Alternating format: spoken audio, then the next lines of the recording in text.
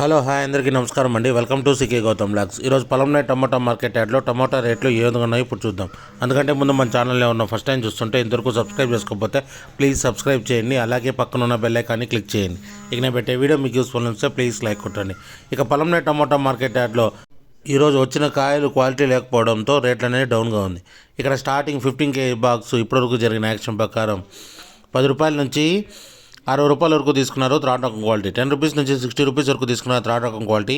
ఇక సెకండ్ రకం క్వాలిటీ విషయానికి వస్తే 15 kgల బాక్స్ వచ్చేసి 70 రూపాయల నుంచి 110 రూపాయల వరకు తీసుకున్నారు. 70 రూపీస్ నుంచి 110 రూపీస్ వరకు తీసుకున్నారు సెకండ్ రకం క్వాలిటీ.